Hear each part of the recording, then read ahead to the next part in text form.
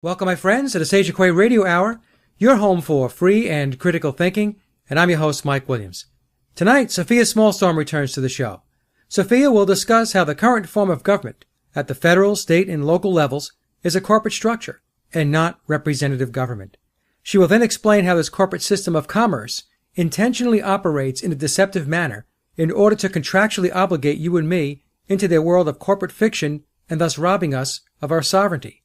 Our conversation was wide-ranging, and we cover a lot of ground, including how the corporate contract apparatus could have played a major role in the Sandy Hook event. And so without further ado, here's Sofia Smallstorm. Welcome back to the show, Sofia. As you know, it's always a pleasure having you on. And I know that you had Anita Whitney on your show recently, and the discussion that you guys had was about the corporate government and how we are operating within a system of commerce, and it's all contract-based.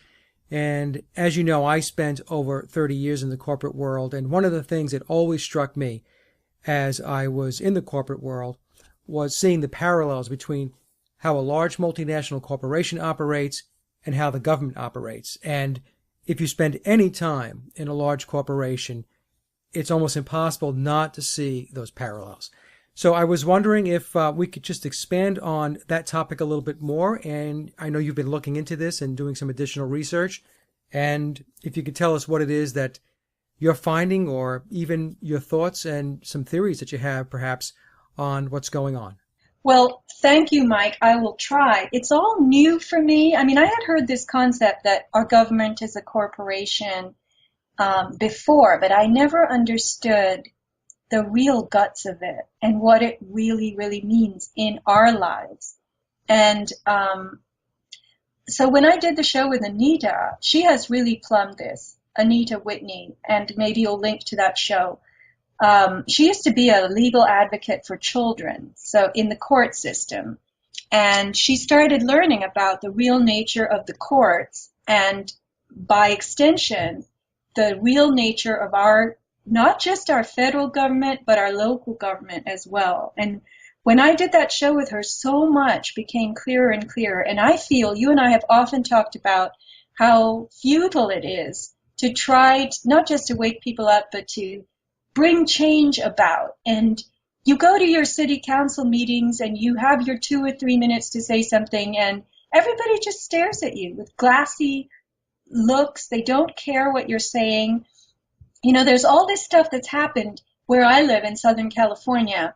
Like, we had a super duper fluoride treatment plant go on in our little municipality, which has its own water district. And that wasn't even revealed to the public until after they opened it and started adding more fluoride to our water.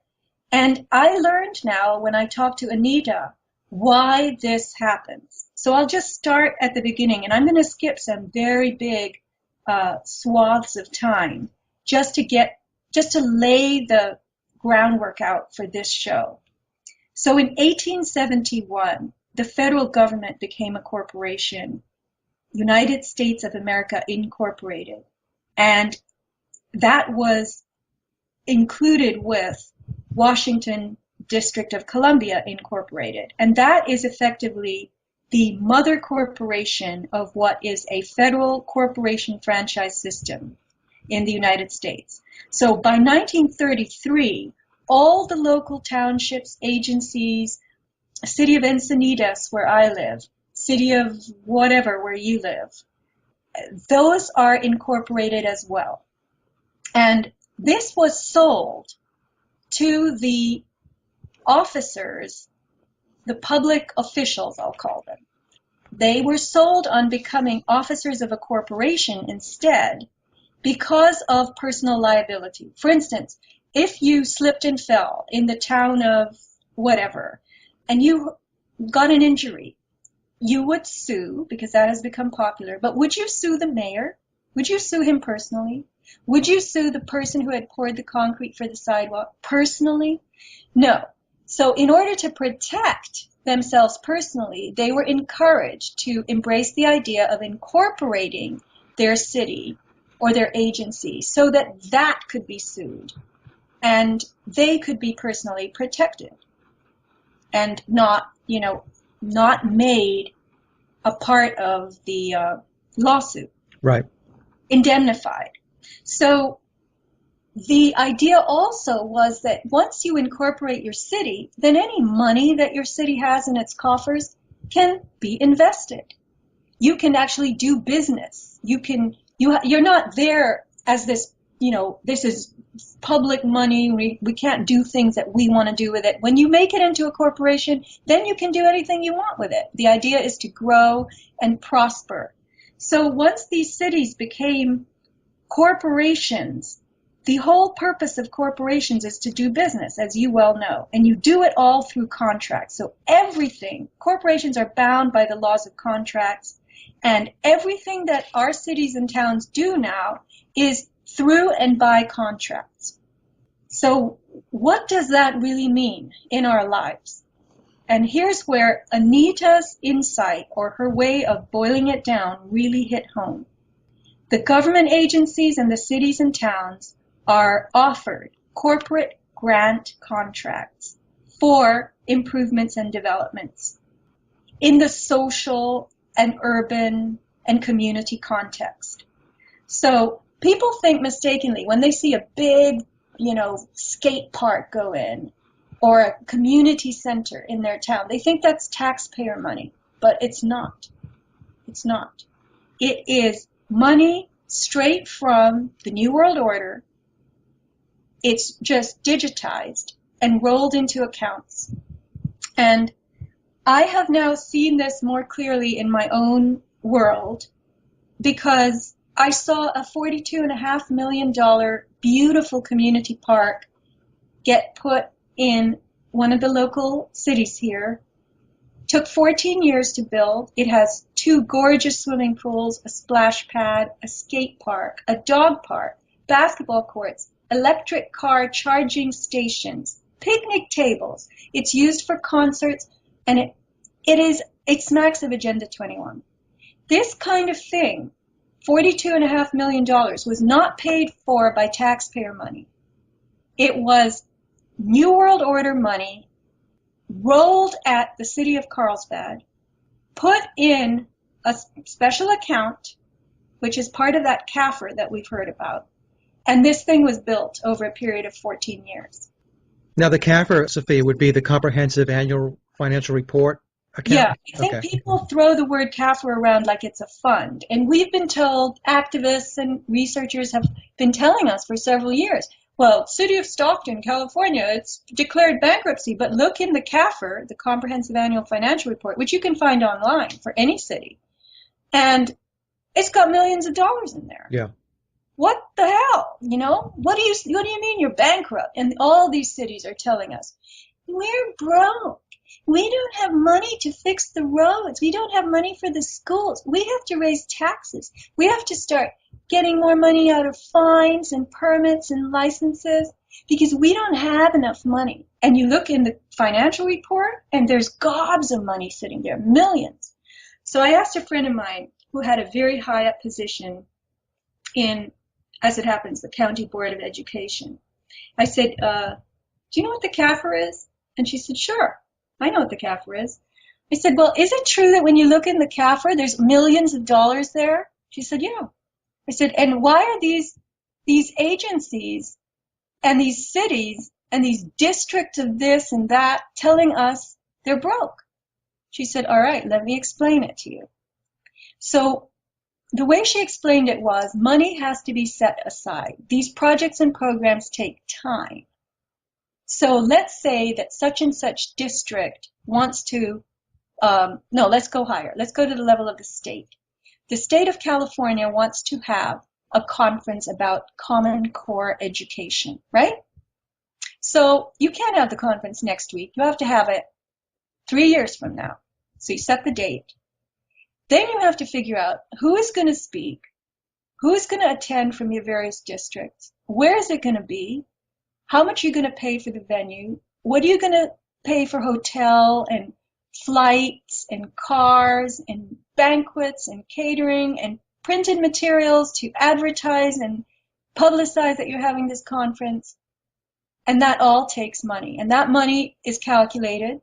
And if the project is going to be paid for by a grant, then that grant money, straight from the federal government, is going to be put in a fund and held in reserve. So what the CAFR reflects is reserve money for special projects and programs, because you cannot plan this thing and then 3 years from now go, okay, where's the money? We need to write the checks. Yep. You have to set the money aside in advance and you can't touch it. So that's why there's millions of dollars in these CAFRs of all these broke and bankrupt cities.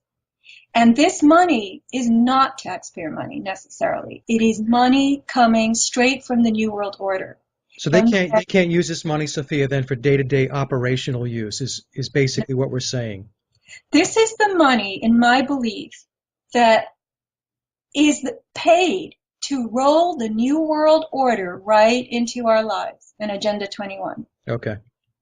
I don't believe that $42 million dog parks, skate parks, swim centers, community centers are paid for by taxpayers. They're paid for because that's going to be our consolation prize, Mike, when we lose our private homes and backyards. They're going to say, why are you upset? Yep. Go to the community park. Look how huge it is. Picnic tables, and you don't have to mow the grass. So they could be broke then from the perspective of day-to-day operations, running a town, as an example, paying salaries and so on. But with these CAFRs, that does not go into day-to-day operations. And like you said, this is more strategic, long-term types of planning, and that funding is coming from outside the taxpayer, and it is to implement, as you were saying, an Agenda 21 agenda. It's to implement planetary changes. And I'll explain. I've been doing some thinking. So I've been hearing Red Ice Radio a lot, and Henrik always does shows, regularly I should say, on how Sweden is changing. And I learned from one of his videos, actually, he does special videos too, that there are 600,000 ugly shoebox-like apartments being built in Stockholm to accommodate all the immigrants from Africa, the immigrants from Asia. Many of them are Muslim. They're coming from, these third world countries into Northern Europe, and they're doing the same in Denmark and Germany and all over, as we know. So the people are allowed to think that this is taxpayer money because it increases the resentment. But it's not taxpayer money. It's New World Order money. And these houses are being built because they're going to look like paradise to people from Somalia. Now, what's happening in Spain? Friends of mine who live in southern Spain told me that Malaga, the city, around Malaga and through southern Spain, there's a 100-kilometer road that just went in. And Spain is bankrupt, by the way. Beautiful road with bike paths and scenic views and this and that. And the city of Malaga is all being restored to its original Moorish architecture. Well, who is this for? It's for immigrants from North Africa who are going to feel very comfortable and very at home with Moorish architecture, who are going to love roads with bike paths because they don't have cars anyway and aren't used to them. What's happening to the people of Spain? They're basically standing in bread lines. They're economically losing ground, and they're going to be sidelined in all these Northern European countries. Same will happen here.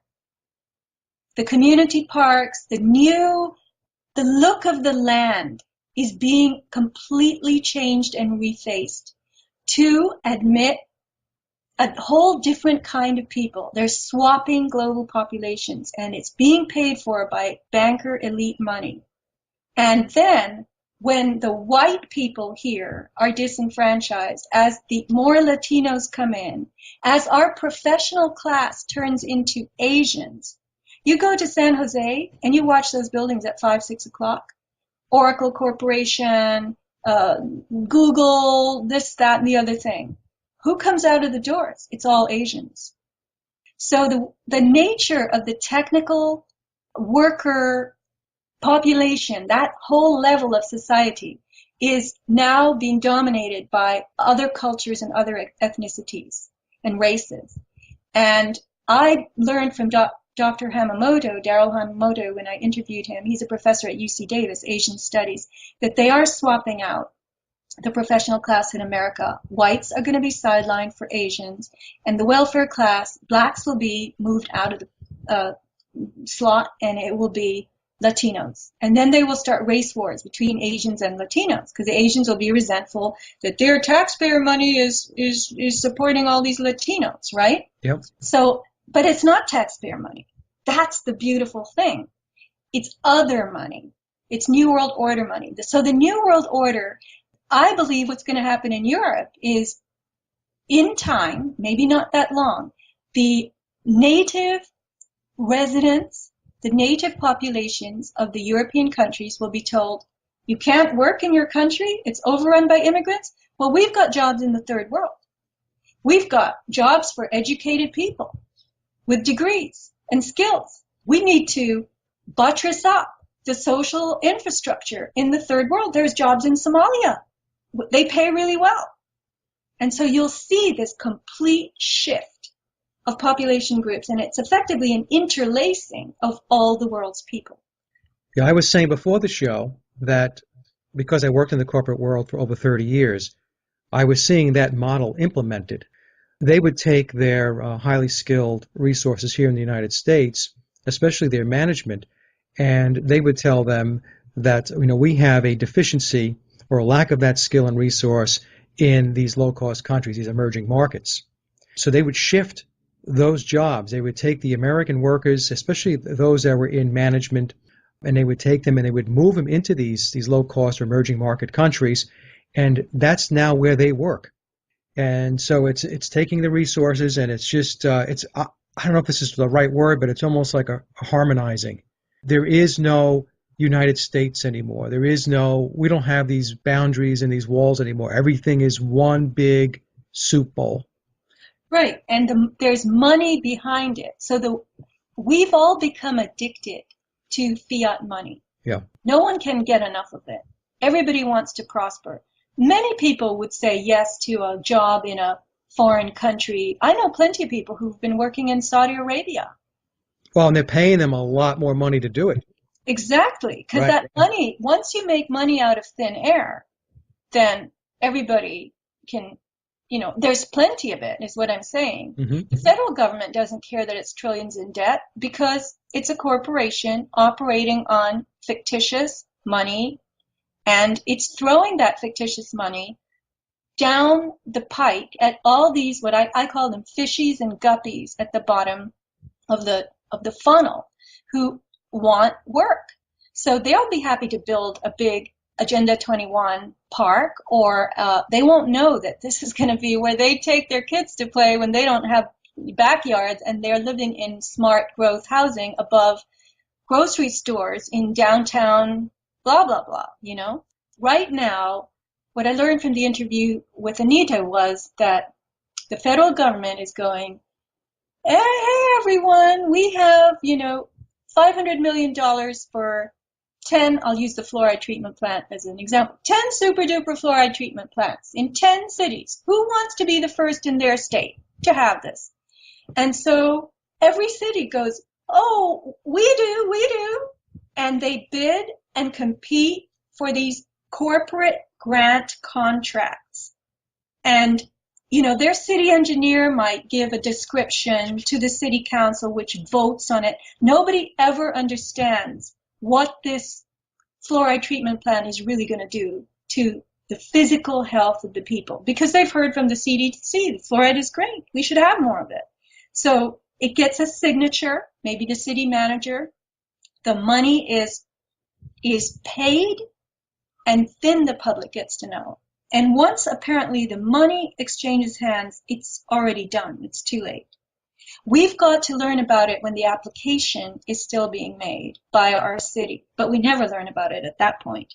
So the bankers throw money at our cities, and we've got any number of developers, builders, you name it. They want these federal contracts because the money is really good. You can charge the federal government $500 for a toilet seat when it only costs you $20.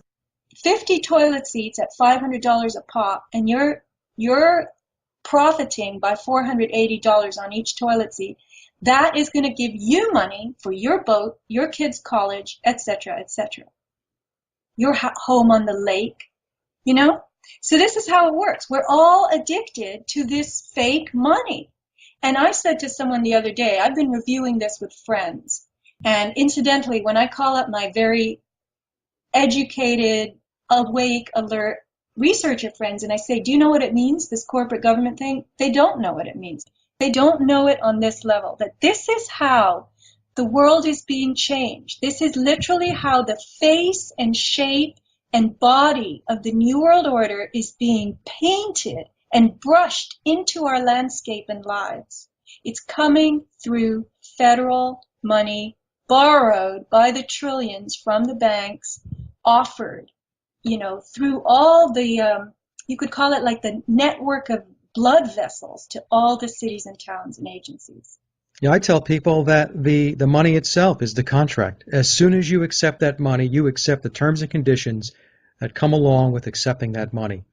Right. Now, there is some recourse, you could say, and doesn't seem to be a lot, but number one, if we could tell our elected officials that, I don't even know how to say this. Apparently they're already told that they don't work for the public. And some of them have been as bold to tell the public when they're confronted by the public, we don't work for you. They are officers of a corporation. If it's someone who works for the city in the capacity of, public works where they deal with sidewalks and drive a truck and do stuff, physical stuff, plumbing, they are hirees of a corporation. They're not public workers at all. And the people, the officers, the mayor and the city, whatever, attorneys, they're not public servants at all. They are officers of a corporation. Now, some people get caught up with this because when I've had conversations with folks, they'll say, well, what difference does it make if it's a corporation? And I say to them, well, a corporation is beholden to shareholders, a board of directors, stakeholders. Are you any of those entities? No. Okay, well, then they're not looking after you. They're not looking at things on your behalf. They have to fulfill their agreements and their contractual arrangements with those shareholders, board of directors, and stakeholders. They come first, and maybe you'll come into the picture later on, and that's only out of the goodness of their heart. Right, but I think people still believe that all those faces and warm bodies serving in that corporation do care about what the outside world is going to look like once they have served and while they are serving. And I don't think that's true at all.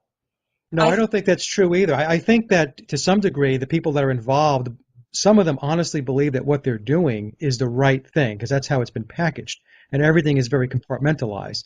But you're exactly right. There are others that are involved in this process and sitting in those rooms in those city council meetings who know exactly what's going on, and they know that what it is that they're doing is not in the best interest of the public. There are people installed to gloss things over, to misrepresent or brainwash people who represent very effectively without understanding themselves that they're not describing the true nature of these projects and programs. But I said to someone recently, if we could change the intent at the top of the pyramid, we could reverse the look and nature of life so quickly. We could use the fiat money. We could dole out millions and billions in fake digits made out of nothing, and we could change everything. And do good. Right. Yeah, you and I talked about this, and you're absolutely right. So right now, we are, our cities and towns are staffed with people, whether they're well-meaning or they get corrupted a little bit or along the way corrupted, they're stuck. They can't listen to us and they can't work for us. And that's the problem. And the New World Order may be packaged for them so handsomely that they think they're doing a good thing. And when they help a city to prosper, for instance, I believe, this is my personal belief, that when you set money aside for a project or a program, you might try to do it on the cheap. Something that's supposed to cost 30 million, you might try to do for 25 million. Then you can take that 5 million, you can invest it. You can put it in your pension funds. You can do a lot with it. Yeah, well, that's why when you go to a lot of these towns and you try to get some change implemented, they will tell you things like, that's not our policy, that's not the process. And what they're talking about is, that's not our corporate policy. That's not the process that we have within our corporation. Now, the person telling you this may not understand this completely themselves, but that's where it's emanating from. It's corporate policy, it's corporate process. This is what is being administered to and how the people are being governed. Right, through contracts and through Yes. commerce. Now, I'm going to bring up something else because, you learn something and you go, okay, how does that relate to such and such? So I started thinking about Sandy Hook. And oh my God, my brain was firing like crazy. I realized the Sandy Hook school shooting was contracted for years in advance. Newtown was chosen. It was populated with the players, Sandy Hook especially, with all those families that acted so fake. That was all part of the script. Newtown must have gotten a tidy sum to build that flashy firehouse, which they told the public was, it's going to be our main firehouse. Why are you putting it in that dump, Sandy Hook? Well, its real purpose was to be the hub for this event, which was a FEMA, Department of Homeland Security capstone event. And Department of Homeland Security is a corporation. It is one of the 450 United States agencies. It's part of the United States corporation. So there were tests that were being run in this capstone drill, ongoing tests, teams and partners used. This is all corporate talk. And money was paid. Handsome sums were paid to people to be part of this. And same with all these shootings, same with all these false flag events, Boston bombing, that was contracted for. That was an exercise. All these exercises, these capstone events, are all paid for by contract. And this would explain, I guess, why it is that so many people don't say anything. One of the conspiracy debunking discussions is that somebody would say something if this were false or if it were orchestrated or engineered. How come nobody's coming forth and talking about the fact that it was engineered or orchestrated? How does that stay under wraps? So I guess your premise would be that they're under contract? That could be, or they simply don't know. For instance, the Sandy Hook Elementary School, why was it so decrepit? Because part of the contract was to tear the school down. Why did all those people who demoed the school have to sign more contracts? Non-disclosure, we'll never discuss anything. And now the 150 million that's been paid to build a new school, which will be the template for future schools of America, it's going to have tremendous police state policies, bully monitoring, and we won't even know, Mike, if anybody goes to that school. Yeah. We'll just be told about it. And we might see reports of this happened or that happened at that school, but these might be fictitious as well, just to model all the agendas. So I haven't plumbed the depths, replumbed the depths of Sandy Hook in these terms, but I can tell you that these capstone events are contracted for years and years in advance. All those houses could have been government houses. There's a government agency called SIRVA, S-I-R-V-A, and it stages houses for government employees. For instance, if you're a government employee and they send you over to Panama to work in some project, they don't expect you to go and find a school for your kids. They will do it all for you. Here's where you live. Here's where your kids will go to school. So same thing with Sandy Hook. And now everybody, those families, they've all moved. Yeah. Contract's over. That part of it for them. Going to Washington and lobbying was probably another part of their contract. So this is very interesting, a very interesting perspective on Sandy Hook, this whole contract aspect of it.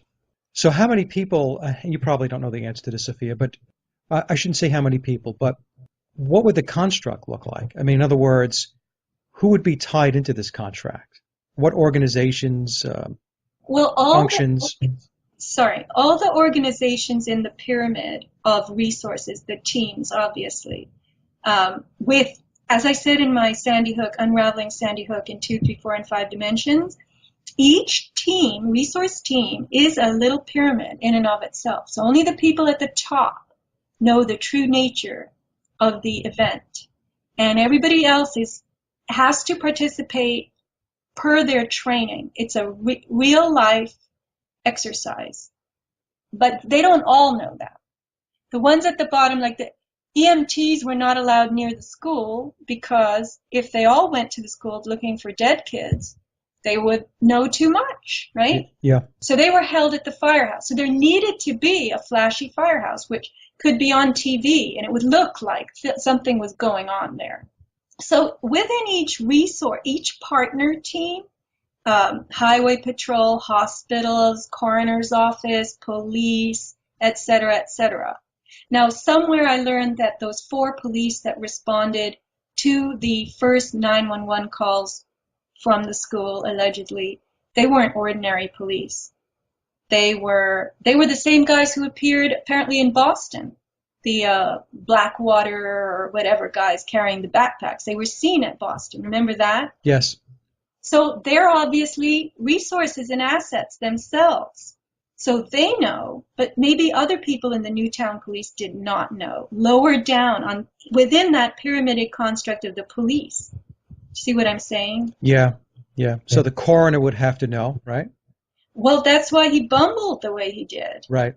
But not everyone in the coroner's office would know. See, that's where it gets a little dicey, though, right? Because not everybody does know, but I guess somebody could argue that, but there's got to be some bleed through. In other words, where the people that know versus the people that don't know, there's got to be something in between where somebody is suspecting that, you know what, this is not what I saw. I didn't see this. I mean, that's not the conversation that I heard, but that doesn't come out. So how do we explain that aspect of it just being stifled and suppressed? Mike, it could be that people are so extremely uncomfortable. But that is a story that has gotten so much attention. I mean, it has become like a 9/11 event in America. Yeah. And sure, you may not have seen something, and or you may have, and your mind bends it. For instance, I wrote in my photo essay, my Sandy Hook adventure, and then somebody made a little video out of it, which is on YouTube, that I had a tour of the firehouse by a very nice fireman, and I asked him if he, I was shaking my head and saying, oh, that terrible, terrible tragedy, and he said, yes, it was awful. I said, well, did you see children that day? And he nodded and said, yes, I saw children. Now, I didn't ask him, how many did you see? He might have seen 3 or 4 children and assumed that that's all he saw. But they were there, and they were representative of children. You understand what I'm saying? Yes, very How would he know compartmentalized. if they really went to Sandy Hook? Yeah. So is he in his mind going to go against the whole story and publicize that he was there and this is not what he saw? I think people become so extremely uncomfortable. They know something's wrong. They keep their mouths shut till maybe years later. Yeah, and the reason why I'm bringing it up, Sophia, is because I am playing a bit of devil's advocate because these are the questions that get asked, and I'm just trying to see if we can cover some of these questions and get some perspective around them. I agree with you, by the way, 100%. I just got done interviewing Ole Damagard, and Ole talked about the 2011 Norway attacks, and what he has uncovered there is mind-blowing. It gets right to the core of the depth of the conspiracy. And I guess I won't go into much because this show is not about that, but I'm going to ask my listeners to take a listen to that show. If you think of what we're talking about here is not possible, or that it couldn't go off this way, or be this, you couldn't have this level of orchestration or engineering, then go take a listen to that show and take a listen to what Ole has uncovered with regard to the Norway attacks back in 2011 in Oslo. Now, I'd like to bring up something that I thought about very recently, and I'm trying to work it out in my mind. And we talked about it in the pre-show discussion, you and I.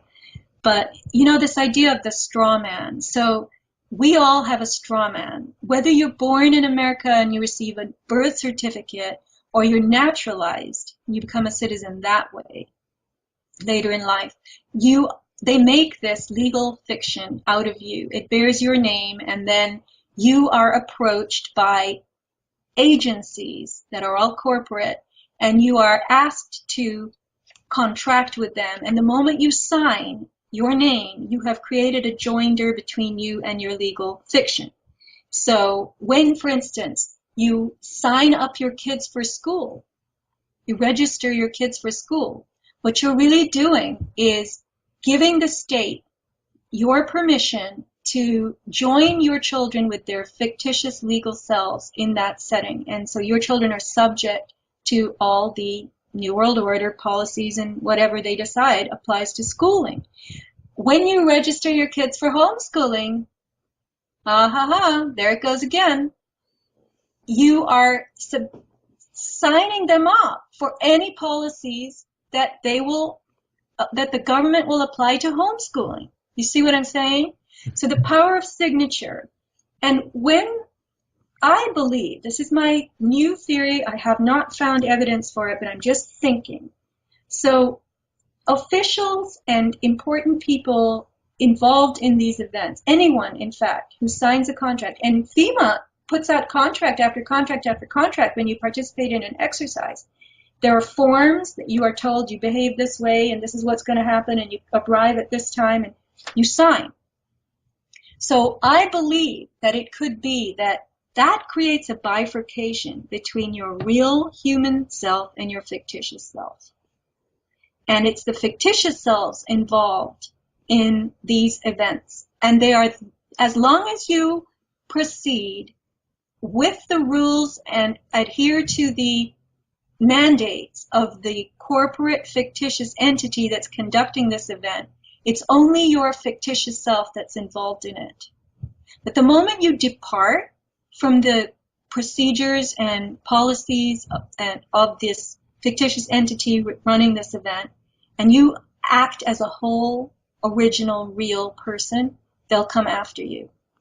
Yeah, and many people, virtually everybody, cannot distinguish between the fiction and the real person. Right. So we ask ourselves, how do politicians just boldly lie through their teeth and deny that they ever did this or they ever did that, or they have these reprehensible behaviors in their personal lives, and they'll just deny it. And I think that's because when they get into trouble, let's say somebody is exposed or somebody finds something out about somebody, and the powers that be tell them, look, they're accusing your fictitious self.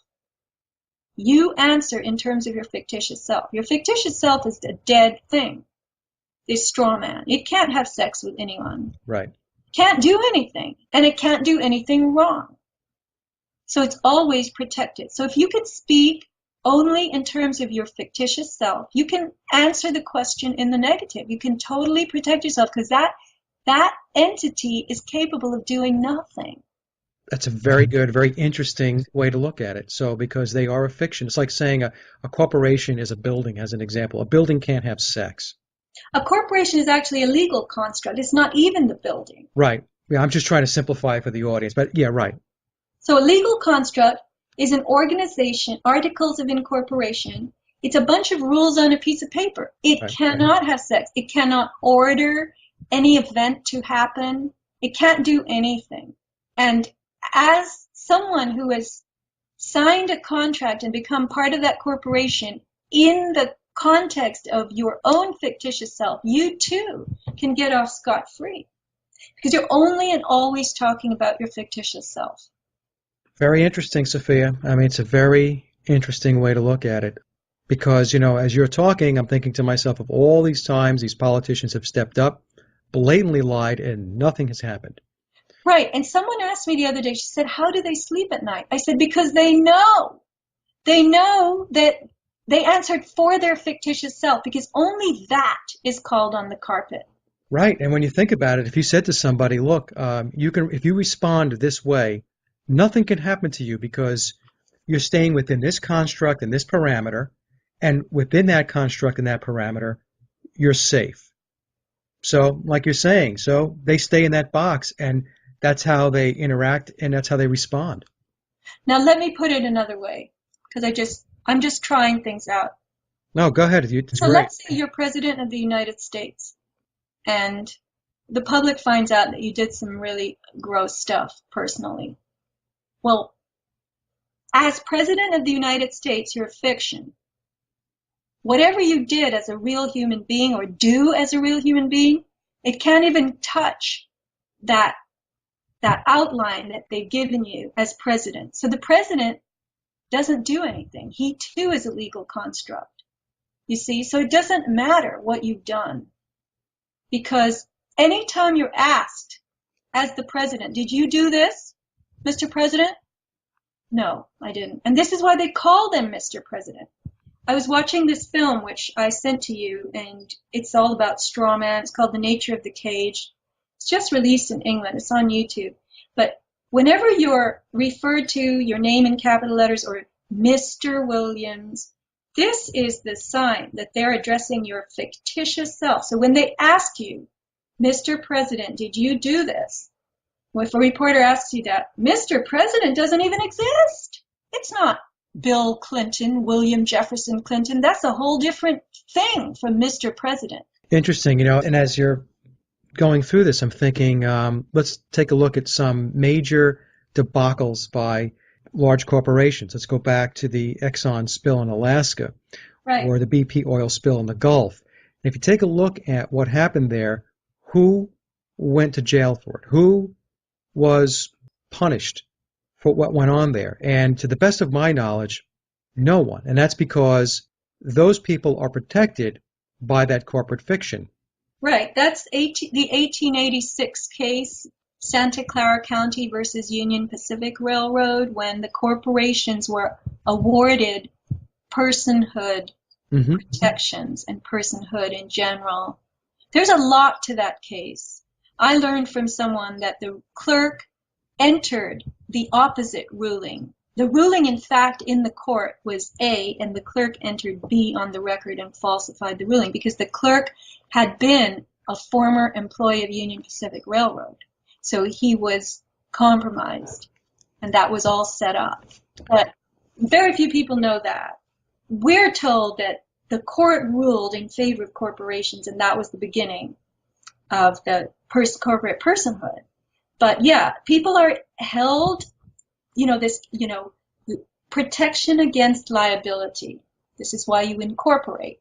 You protect your personal assets, your personal property and wealth. Well, that's the point I was going to make, going back to BP and Exxon. It defaults back to this fictitious entity called the corporation. They get fined, let's say, $1 million, $2 million. Everybody who was involved in the decision-making process that created the problem is still there. They go about their merry business. Interestingly, I'll tell you, the Exxon Valdez was a single hull boat. Did you know that?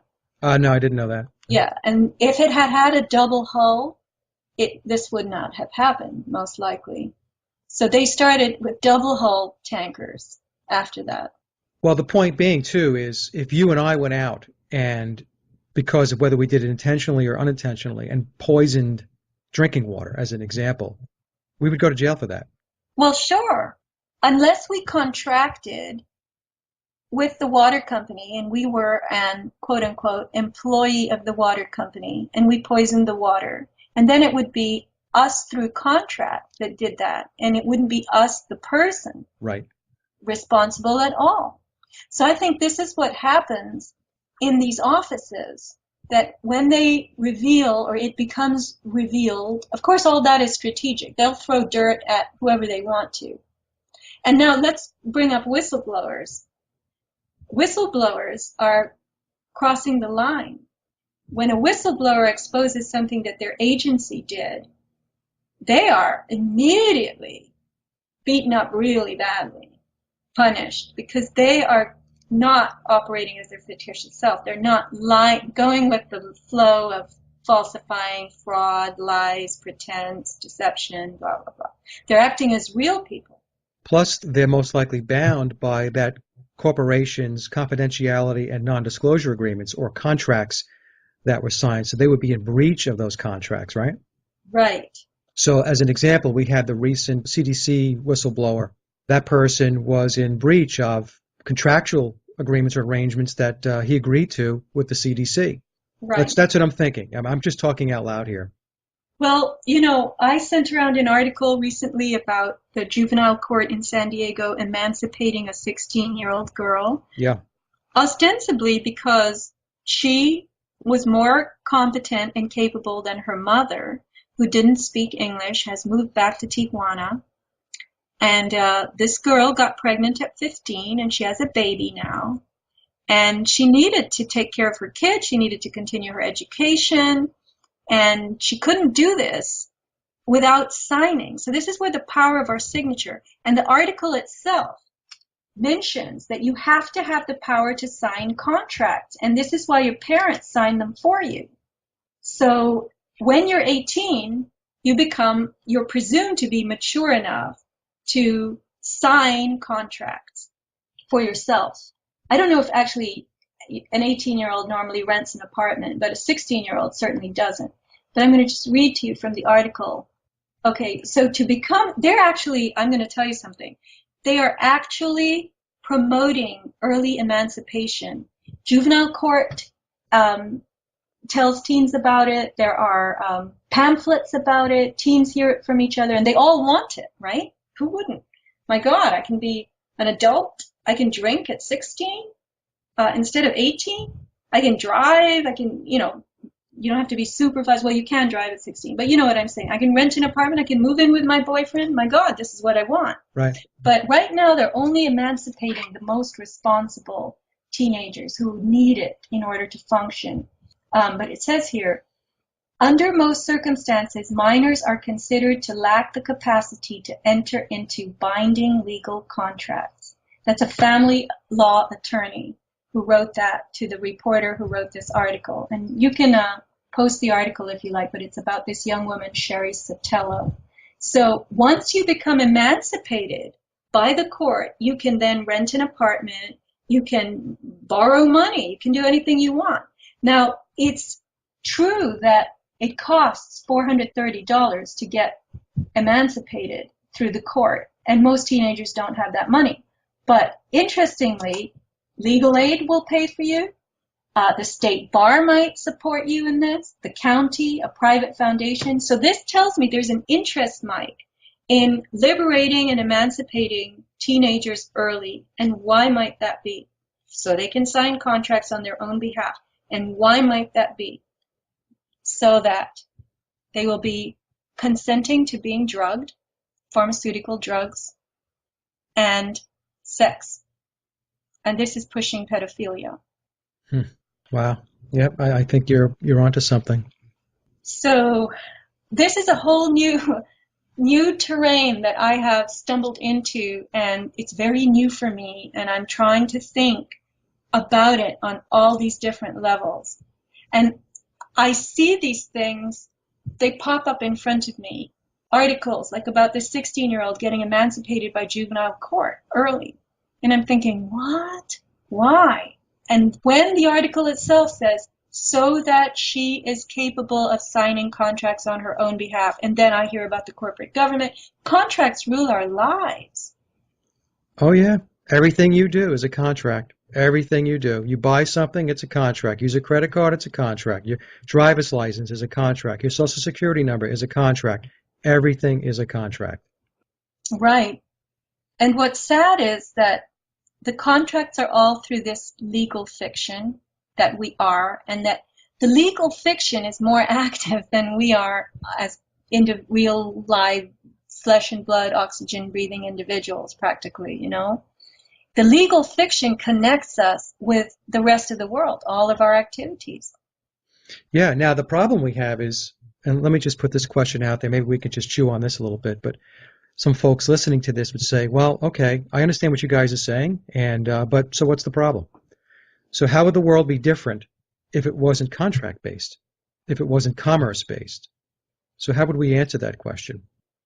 Well, first of all, I want to bring up this Hammurabi's Code, which I had asked you if you heard about, and I had heard about it. We hear a little blip, and that's the only piece of Hammurabi's Code that most of us know, and it's an eye for an eye, a tooth for a tooth. Everybody who hears Hammurabi, eye for eye, this is all they put together, but that's not really what it is. The Code of Hammurabi comes from Babylonian days, and it is actually 1754 BC. It's one of the oldest deciphered writings in the world, and it was the sixth Babylonian king, Hammurabi, who enacted this code. And it was written on a big, like a monolith, just like the Georgia Guidestones. It's inscribed on one of those. It's called a stele or stele. It's like a slab. Yeah. And clay tablet. So the code consists of 282 laws with scaled punishments. So it's a code about adjustment, and that's a very important element to contracts.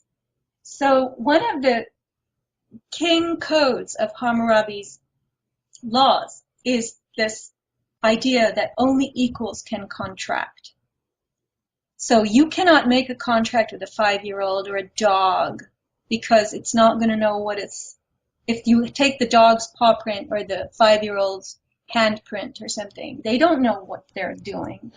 So amazingly, out of these 282 laws in Hammurabi's Code, half of them deal with matters of contract.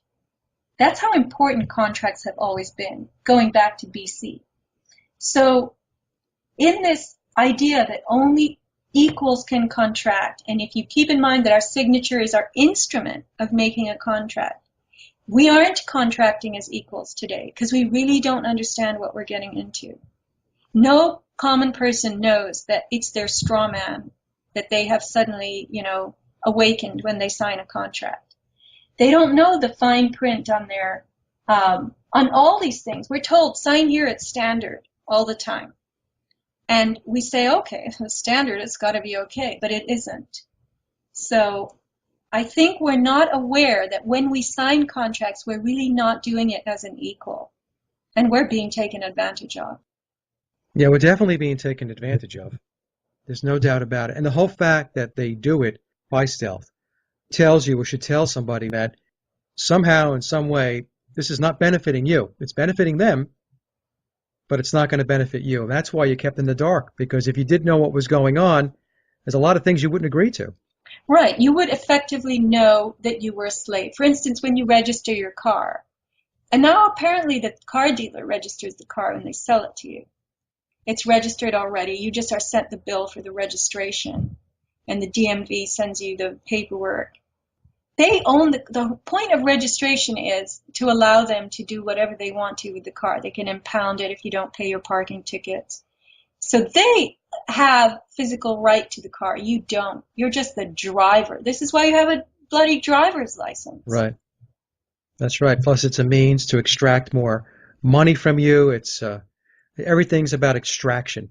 That's why Right. you're a slave. It's When the cop pulls you over and says, show me your license and registration, he is establishing your connection with that VIN number vehicle. right.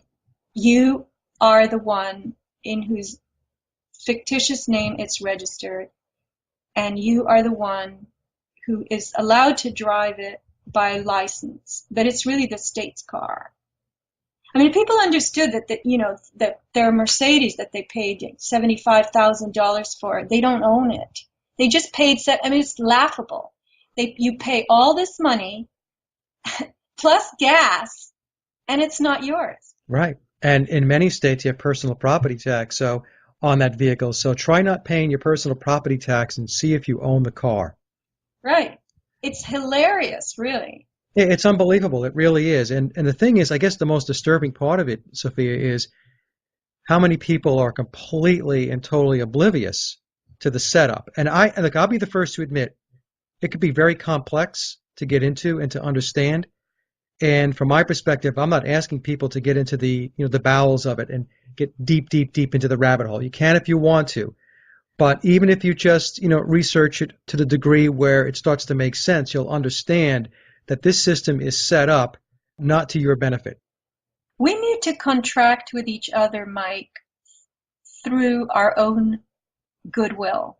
Well, that's how it used to be, right? It used to be a Right. handshake. A handshake would say, I promise to do this, and that's how the agreements were consummated. Today, everything is paperwork and money, and it's really out of control.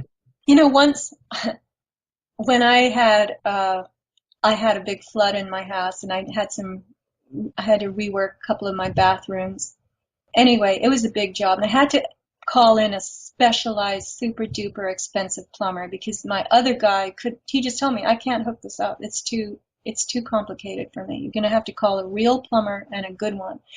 So I called this guy. Everybody was very expensive. And then one guy took pity on me and said, all right, let me come over. I'll see what I can do.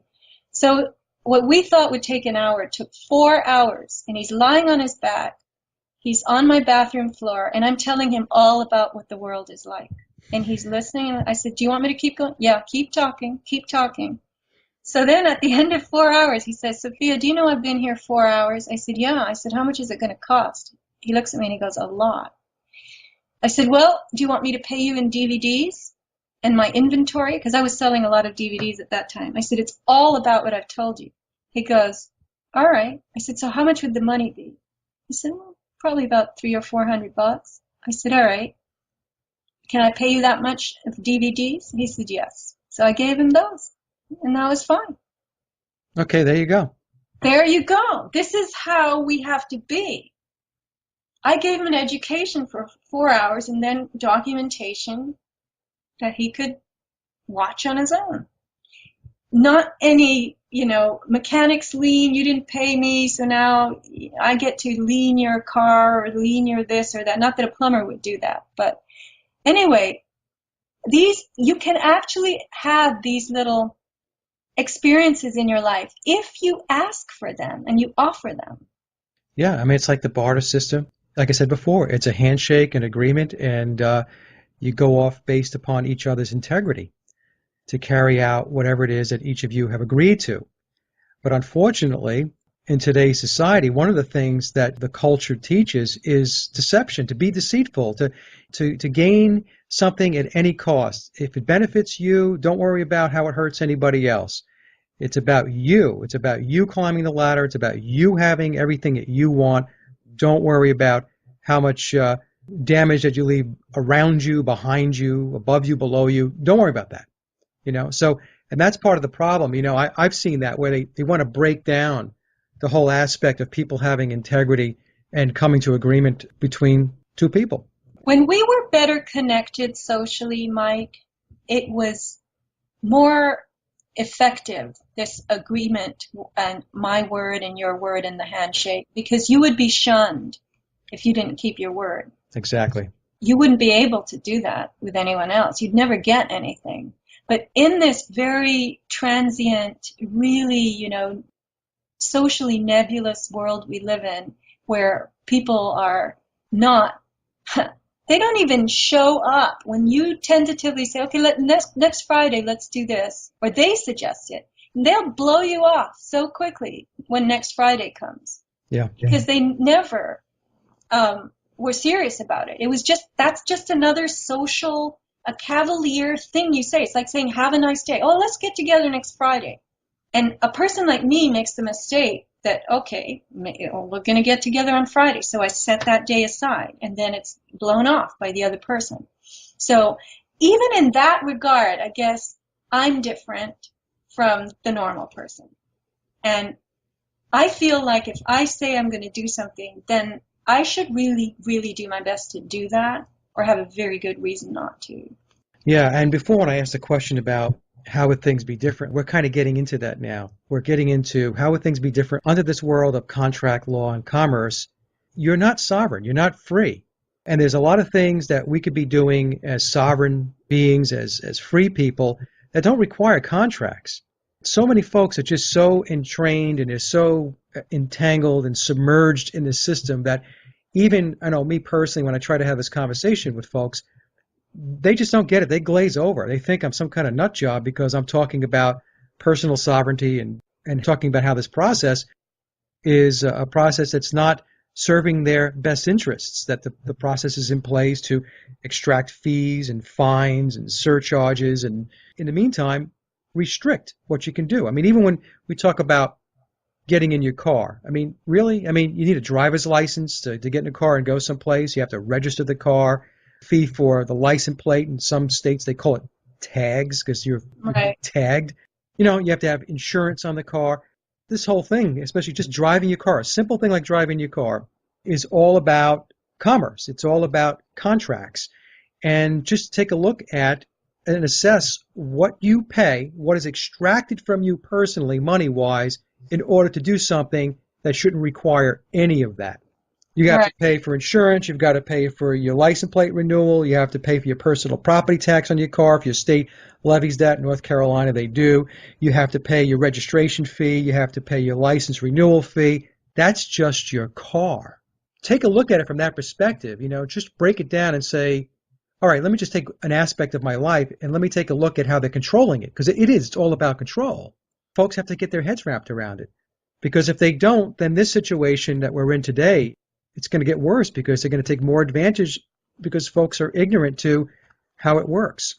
Well, the car is really about paying all that money and all those drips and drabs to use their roads and to be able to go on them when you want, where you want. That's the cost of that quote unquote freedom. And your other option is to use public transport or walk or bike. And they're Right. going to move it all into bikes. They're going to have us biking everywhere, which actually is dangerous because you fall off a bike and you can get very badly hurt. And it's cold. You can't protect yourself against weather. So really, in inclement weather, we're going to be stuck when we're all bike lanes, bike roads. And that's what Agenda 21 is Yep. bringing us to. And the other thing, Sophia, just backing up a second, is what constitutes saying that the roads are their roads? That's something else that's been commandeered. The roads belong to the people, belongs to the public, but somehow that's all been turned around, and roads that have been paid for now they collect tolls. The whole idea that we are, fined and charged and licensed to death. Everything. You have to have a marriage license. Why do you have to have a license to get married? You have a death certificate, a certificate when you die. I mean, everything is licensed, everything is registered, everything has a certificate. It's just amazing. It really is. And if you take a step back and take a look at your life, in North Carolina here, with my practice, I have to purchase a privilege license to work. It's called a privilege license. And I have to pay every year for that license. Now, why is working a privilege? I thought working was a right. Don't I have a right to work? Well, in the capacity that you work, I mean, I'm sure if you're a waitress or something, you don't have to pay a privilege license, but you're doing a special kind of work, right? Yeah. Mm-hmm. So the state licenses that work. Massage therapists have to be licensed here. Masseuse and massage givers have to have a license. Haircutters. Yeah. And so on. Yeah. So I don't really understand. I mean, maybe because they touch other people or something? It has to do with health? What does it have to do with? I don't know. I mean, that's going to be the argument. The argument's going to be, well, how do we know that person's qualified to do that? How do we know this? How do we know that? But it goes back to, how do we know things? Well, we would know things by reputation and integrity if we went back to the old days when those things meant something. And in my view, what's happened is over time, all of that's been thrown out the window. And now it's gotten to the nanny state where the state has come forward and the government's come forward and say, you know what? We can't trust anybody. We will take care of this. We will set the guidelines and the process, and we'll put the licensing in place and the certificates in place and the diplomas and so on and so forth. But you have to think to yourself, is the government really looking out for you, or is this another process of extracting money from everybody? I think there's also an element of being able to prove to people in it. Like the marriage license is proof that you're married. The But why do I need proof? Why does Well, anybody maybe need proof of that? in the days when, we were more modest, people shacking up together, you could only do it if you were married and you would have to have a license. You can't just live with people. Maybe that was it. But I know now, I'm remembering something that I heard from a friend of mine who's doing massage, and she said that the reason they license for massage is to make sure you're not doing prostitution. So if you get a massage license, then there's a higher probability that you're not a prostitute. Because anyone can do massage, and they can do a lot of kinds of massage. So I guess if the state licenses you, it's proof. Birth certificate, proof that I was born. Death certificate, proof that so-and-so died. So I think this is why people have accepted these certificates and these licenses, because it makes you official, cleaner. They don't understand that it's really a greater control device, you know. Yeah, I mean, yeah, you can live with anyone you want to, and I know that people have over thousands of years without being married. common But law marriage. exactly, but maybe it's was considered socially more acceptable if you had a marriage license and you had a ceremony to commit you. I'm only bringing this stuff up as food for thought. And don't get me wrong, I'm not saying we should be running around willy-nilly with no sense of order. I'm not saying that at all. But the thing is, what I'm saying is that I don't think it's all there for a sense of order. I think it's there today, especially when we take a look at what is out there today and how many things are under contract, licenses, registrations, all those things. It's no longer, I don't believe, there primarily for safety, the public interest, and so on. It's become a mechanism in which they can extract revenue from people, plain and simple. I think it's completely overboard, my personal view. Well, Mike, I do believe that they've made us into wealth producers in the form, I mean, some of us make money and we pay a lot of that in the form of income taxes to, we'll just call it the government. And so they strip us of our wealth. They'll do it on our mortgage. They'll do it on anything we borrow in the form of interest. I mean, it is hilarious to me and very sad that people pay 2.5 to 3 times the value of their house if they buy a house through this mortgage thing. Right. This instrument of mortgage, these loan documents. You're supposed to pay 3 times? Why? Because somebody is using you, they're squeezing you for 30 years and making a ton of money off you, and then you are told that's your house, but it's really not. No, it's not. I mean, first of all, it's not your house if you have a mortgage, and even if you pay the house off, you have personal property taxes, and I have this discussion with folks all the time, like, I'm free because I have my houses paid for. I'm like, really? Try not paying your personal property tax, and let's see how much of that house you really own, because you won't be residing in it at some point if you continue down that path, because they will, by force, take it from you, unless you want to have a shootout at the OK Corral, at which point you're not going to be living in the house anyway. You'll be carrying you out in a pine box. So, like you're absolutely right, Sophia. The whole thing is set up to take wealth. It's, when you earn a paycheck and 40% of your paycheck never makes it into your bank account, that's slavery. Well, sure. You're working for them. They see us as vehicles of wealth making that they can siphon from us, and we're ending up poorer and poorer and poorer. I mean, I heard a story of a couple that I knew a long time ago, and the mother died and left a house worth $200,000, and after all the taxes and this and that, they had nothing to speak of. They couldn't, actually it was nothing. They couldn't take anything. You might end up owing money, actually.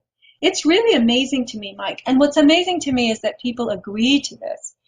When I realized what mortgages were about in my 20s, I said to my mother, why? Why do people pay 2.5, 3 times for a house? Because this is how it's done. Yep. Everything, this is how it's done. And somehow we've got to get out from under that yoke, because that is a bad yoke. It really is. Well, the bad yoke is the fact that people accept it, that they just look at it and say, well, that's just the way it works. I mean, I don't know what it is you're talking about, there's nothing to see here. Let's just move on. And, they're just not seeing how it is that their life is being controlled. Right. And I heard a scary thing. They're offering free energy audits now. They'll send somebody over from the utility company and they'll tell you how you can improve things in your house to save energy, right? And thereby money. So what happens is when the guy from the power company comes over and he looks at your windows and he says, oh, you don't have dual pane windows. Those are big energy savers with the low E glass. And you don't have an on-demand water heater. Why are you heating water 50 gallons every day, keeping it hot, when you're only taking one shower a day and you're doing 2 loads of laundry? So you need this, you need this, you need this. These would be important improvements in your house. So why do they do that? They're not trying to be helpful. You know why they do that? You're going to be put in a database. Yeah, but this is really why. Once that information is entered about that property address into the database, you're not going to be able to sell the house until you make those upgrades. Right. And they will be so expensive. Most people can't put, thousands of dollars into windows and water heaters and insulation and this and that, and they will just not be able to get out of that house. They will die in it.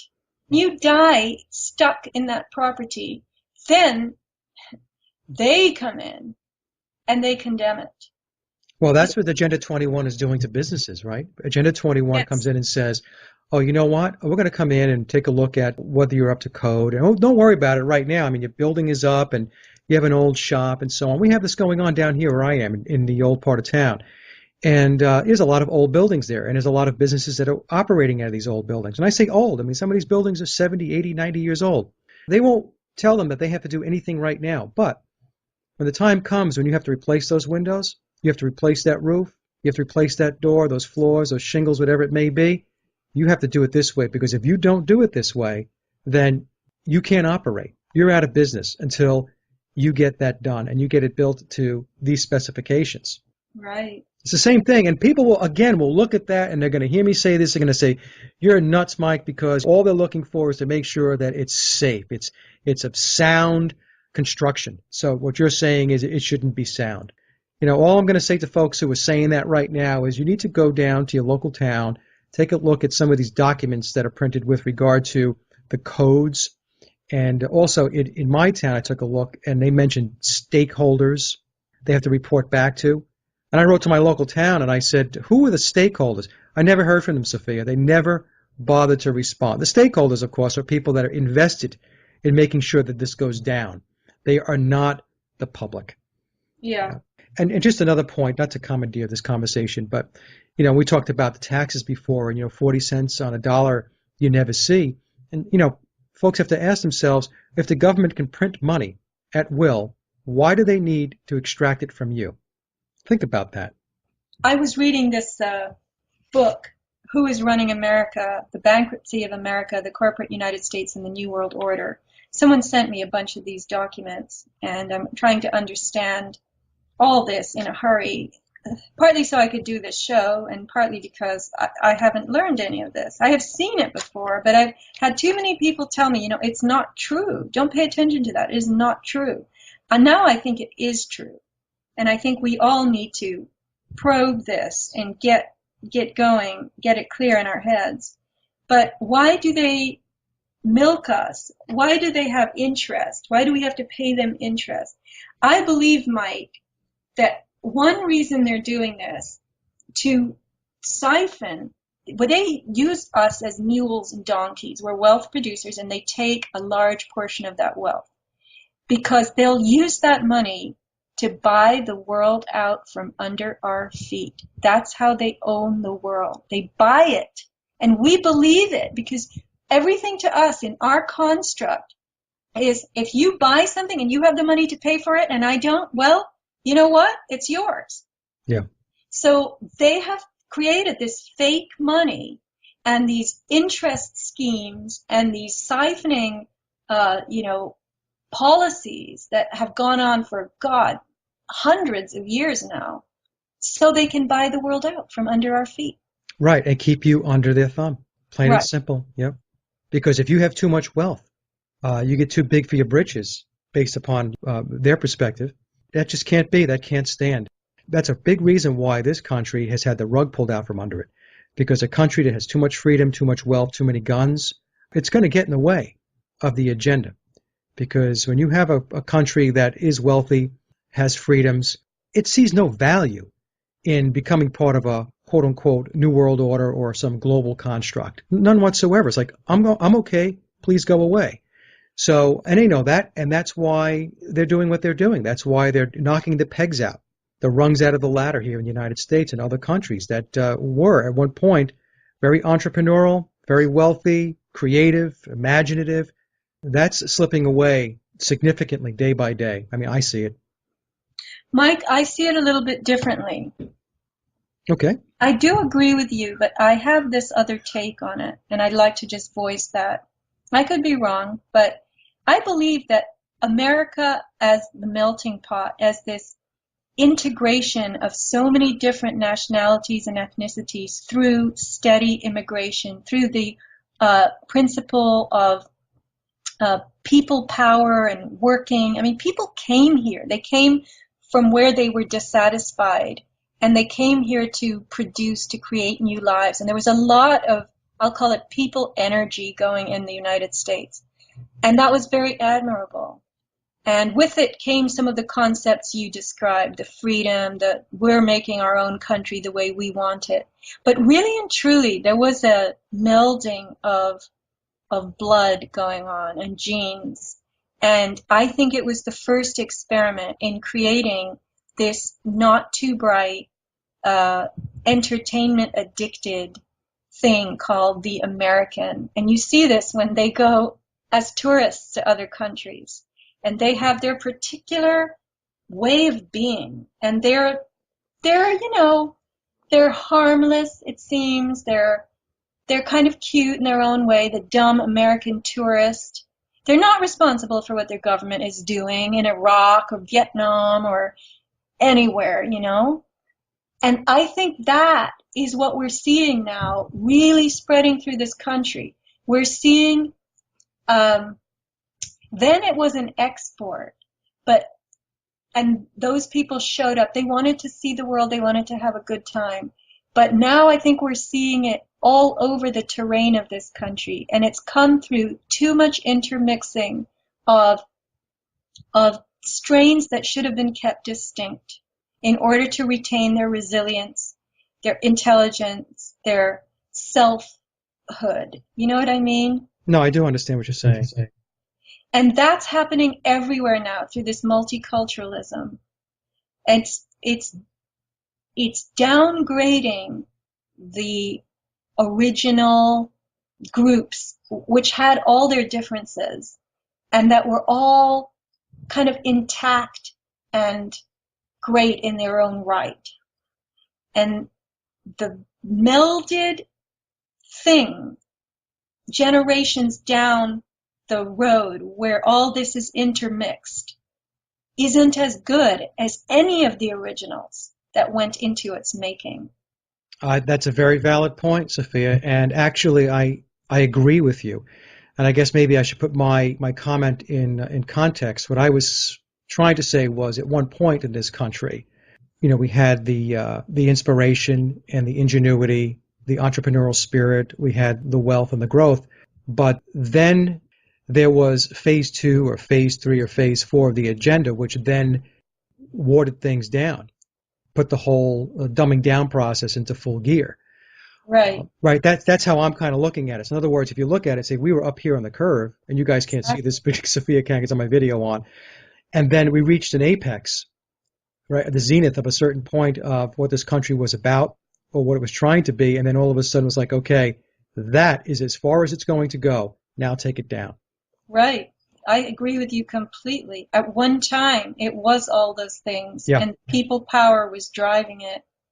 And then I think they really stole our souls through the Frankfurt School debasing of the culture, through the rock music and the drugs and the all that, the anti-establishment, all the stuff that Joe Atwill discusses in his podcast, that Dave McGowan has written about in his book, the social engineering. And now it's physical and biological engineering. Yep. And it's addiction to what I call the world of 2D, phones and entertainment. It's we're at a point now where humanity really has to turn it around if we're ever going to turn the ship around, because I tell folks, people will ask me, they'll say, Mike, are you optimistic, pessimistic? And I said, I'm cautiously optimistic. I see a lot of people waking up. I see a lot of folks like yourself and others that are doing the work and getting the word out there and getting the awakening communicated, and people are getting it. Some quicker than others, but I'm starting to see a rise in the amount of folks that are starting to get it. However, that being said, there's still a lot of people that are walking around very apathetic, a lot of folks in denial, and and therein lies the problem. I don't know what that critical mass number is. I know you and I have talked about this in the past. I don't know what that number is. I get asked that like I have some kind of calculator, that will calculate when the ship turns around. I don't know. I don't know what it is, but how do you feel about it? You think you're cautiously optimistic, don't know? I have a suggestion for you. When people ask you what that number is, why don't you just throw out a different number every time? Just experiment with different ones, and after a while, you'll figure out the right number. You'll start to say that more and more. Yeah. Really, try it. Use a Masonic number. Why not? Yeah, I should use 33. I'll just say it's 33. Yeah. So what do I think? I don't know, Mike. I don't have a glass ball. I don't. We really just have today. We've got to start opening our eyes. We have to see things in new ways all the time. And maybe that's all we're here for, is just to see it and produce something in our own intention that reflects what we've just seen. So that's a very metaphysical perspective. You have to be, because on the physical, it's so dismal. It's almost scary, I wanted to say, yeah. With this show, I really liked it because we covered a lot of ground and we talked about a lot of stuff, and we threw a lot of food for thought out there to the audience. And we're not claiming to be experts on this stuff, but I would highly recommend that whoever's listening to the show, and hopefully there are many of you, that you start to dig into this aspect about the contractual piece of how we're being governed and how the world works, that it's a system of commerce. And once you get your head wrapped around that, that part of it is a fact. That is what's there. But then to understand how that system of commerce affects and impacts your life, that's something that each and every person is going to have to look into for themselves. Right, and how the system of commerce can shield agendas and incorporate you. This word incorporate and corporation, it incorporates you into those agendas without your knowledge and by your signature. I want you to post that documentary that I sent, The Nature of the Cage. Okay. About the straw man. So we have to regain our own resilience, our own functionality. We have to really be able to see, and we have to start caring a little bit about more than, what did you say earlier in the show? The price of burgers at Burger King? Oh, yeah. Old Navy. When is the sale at Old Navy? Yeah, you got to break away from that, folks. You got to take your head out of the system. You're playing into the system of commerce when you're sitting there and wondering when the next sale at Old Navy is going to be, or, when Burger King is going to have a 2-for-1 special and so on. You're just feeding the beast, and you have to step away from that. But Mike, could we do a little commercial for my magnesium cream and you just tell your story so that I can do some commerce? Oh, absolutely. Yeah. And before I do that, let me just say one thing. For everybody that didn't get this, I think we mentioned at the beginning of the show, if you're really questioning about whether your town or your police department is a corporation, I want you to go to Dun & Bradstreet, and I want you to type in your police department. I want you to type in your mayor's office, type in the name of your town, and write me personally if your town does not pop up in Dun & Bradstreet, because if it pops up, that means it is a corporation. And that's true. It's all in Dun & Bradstreet. It's all in Dun & Bradstreet. So for those that are questioning this and wondering go take a look for yourself. Now, the magnesium cream. So I was talking to Sofia about some of the products that she sells, and it was on our previous show, I believe. We were talking about iodine. And one of the things that Sofia mentioned to me is that she sells this magnesium cream, and it is excellent for relieving pain in the body. And so I had tennis elbow in my left elbow for the longest time. It was just dragging on, literally was dragging on for months, I guess. And so I bought the magnesium cream, and I would put the magnesium cream on my elbow. And I did that a couple times a day, 2 or 3 times a day. And after about 2 weeks, I noticed that the pain in the elbow had decreased significantly. I mean, when I say significantly, I mean a lot. And then after about a month or so, all the pain was gone. And right now I have no pain in the elbow. And it was lingering for months. And I mean, it really hurt. It hurt a lot. And I started putting the cream on it, and it's feeling very good today. Ta-da! There you go. I also used the sunscreen when we went to the beach 3 weeks ago, and that worked great too. Except I forgot to tell you, I guess you have different shades of it. Yeah. I looked very, very white on the beach. Right. That's this pure white zinc oxide. Actually, there's a new sunscreen. I'm going to be carrying that exclusively as soon as I sell out of this. It's called Bali Block. I have one on my website right now, the cocoa tinted. So what happened was a friend of ours went to Indonesia, to Bali, where they do make a very simple, very effective sunscreen, and it's tinted with cocoa. And they put that on their skin, and it's a matte blocking sunscreen. So my friend Brian came back and he told the biochemist who makes all this other sunscreen about this formula from Bali, and he put it together in his lab. This stuff has 4 ingredients in it, Mike. It has zinc oxide, 25%, so it's giving you a 30-something SPF. It's got coconut oil, organic, and it's got cocoa as the tint, and beeswax. So those are the 4 ingredients. It smells like chocolate, and it's fantastic. It's tinted dark. I named it, I got to name it Bali Block, and it is a surf screen, very wonderful for people who do heavy aquatic stuff. And then a couple of weeks ago, after I thought about this and got another one of my brainwaves, I called up the biochemist and I said, hey, can you make that in white? Just make it, put vanilla extract in it. So now we have Bali Vanilla. And it's not commercial yet. I got some of the pre-market ones. It's fantastic. It's white. It'll blend into your skin, but you will look a little white if you put it on thickly. Lasts forever. Seriously. You can swim 2 miles in the ocean, surf all afternoon, it'll still be on. And it's vanilla, zinc oxide, coconut oil, and beeswax. So Bali Vanilla. That is not on the website right now, but I urge people, try Bali Block. It's wonderful. When will you have it? Because I'm going back to the beach in a month. Well, Bali Block you can get now, Okay. the darker one, and that'll work for you because you have the coloring for it, and it blends in. A friend who's very pale, she put it on her legs the other day, and it blended right in. So chocolate Bali Block is available, and vanilla is coming. I'm going to get some pre-market ones from him. I just have to call him and ask him to make me some. But it's fantastic. I'm only going to sell those 2 next year, Bali Vanilla and Bali Regular. Okay. And I also want to let you know that the iodine show that we did is still hot. I mean, a lot of people are still hitting that show, so hopefully folks are buying some iodine. Yeah, there was a lot of iodine that moved through my little avatarproducts.com is my online store.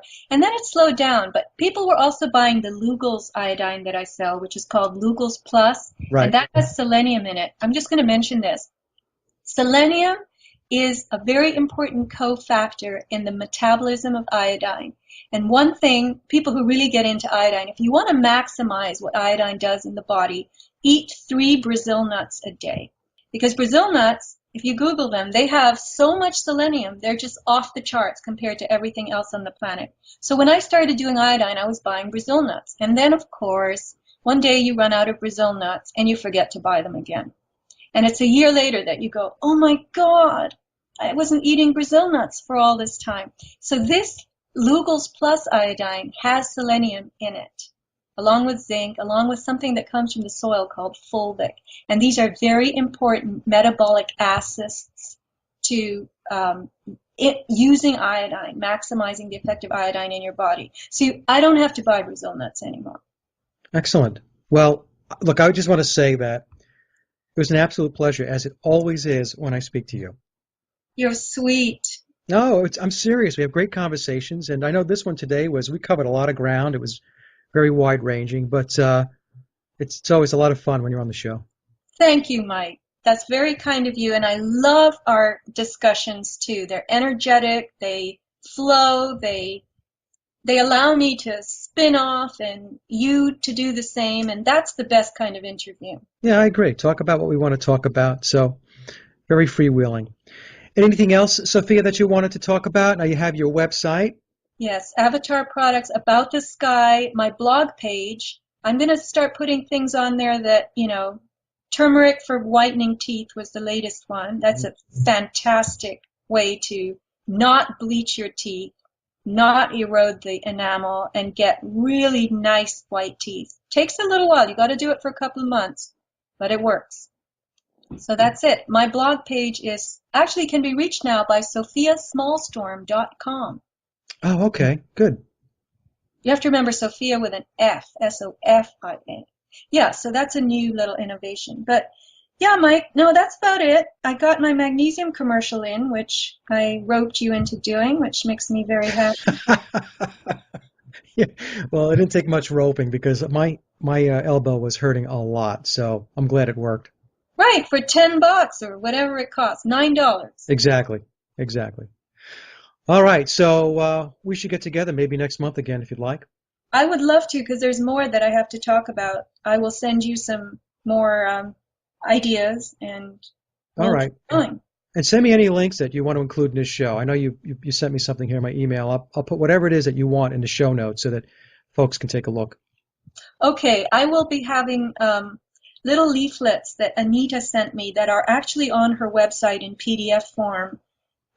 You can print them and you can staple them together and make them a booklet for yourself. You can create your own little library, effectively, of this material and then pass it out to others. So, okay, Mike, thank you. All right, Sofia. Have a great evening, and I'll catch up with you. I'll email. And that concludes my interview with Sofia Smallstorm, and I hope you enjoyed the discussion as much as I did. Sofia has two websites. There's www.aboutthesky.com, where you can listen to her very popular podcasts and read some of her newsletters. And Sofia is also the proprietor of avatarproducts.com. Both links will be in the show notes below. And as always, I'd like to thank everyone for listening and visiting the blog. You can get to the blog by typing in sageofquayradio.blogspot.com or simply head over to our hub website at sageofquay.com. Also, if you get a moment, please visit laboroflovemusic.com to listen to my album, Leaving Dystopia. And remember, live in truth and always serve creation. It's really that simple. See everyone next week. Be safe, enjoy, and God bless.